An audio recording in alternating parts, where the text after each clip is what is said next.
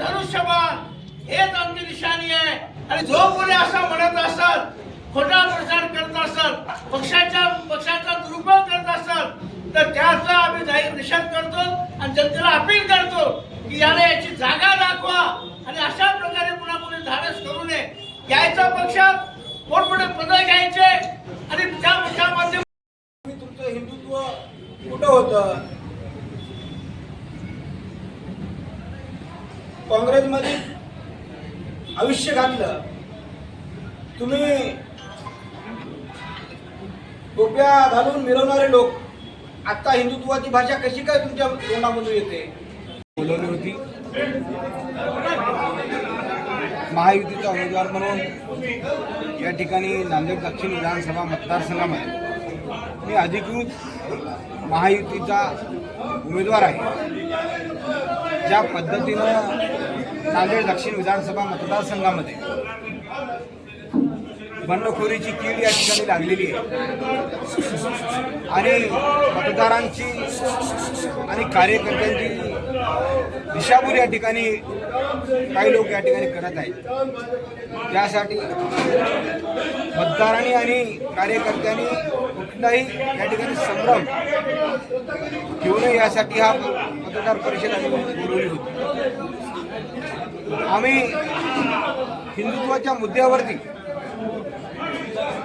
नांदेड दक्षिण विधानसभा मतदारसंघामध्ये काम करत आहोत. आम्ही जन्मापासून शिवसैनिक आहे. मी शिवसेनेच्या शाखा प्रमुख पदापासून शिवसेनेच्या जिल्हा प्रमुख पदापर्यंत मी काम केलेलं आहे.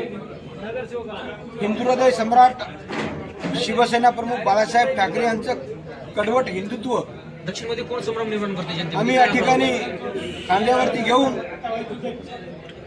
काम करत आहोत.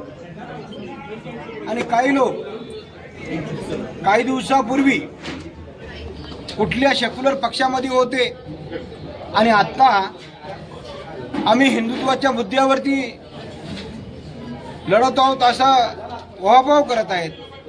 जरा त्यांनी आत्मपरीक्षण केलं पाहिजे की काही दिवसापूर्वी तुम्ही कुठं होतात, हा प्रश्न माझा आहे त्यांना. आम्ही कडवट शिवसैनिक आहोत, कट्टर हिंदूवादी आहोत, परंतु काही बंडखोर या ठिकाणी जनतेची आणि कार्यकर्त्याची दिशाभूल करत आहेत. माझे जनतेना आणि मतदार बंधू आणि भगिनींना नम्र आव्हान आहे, आपण कुठलाही संभ्रम या ठिकाणी ठेवू नये. शिवसेना, भारतीय जनता पार्टी, महायुतीचा उमेदवार म्हणून मी अधिकृत उमेदवार या ठिकाणी उभा आहे. आपण लोकसभेसाठी डॉक्टर संतोषरावजी हंबर्डे साहेब यांच्या पाठीशी खंबीरपणे उभं राहिलं पाहिजे आणि शिवसेना म्हणून माझ्या पाठीशी म्हणजेच धनुष्यबाणाच्या पाठीशी उभं राहिलं पाहिजे असं नम्र आवाहन या ठिकाणी मी करणार आहे.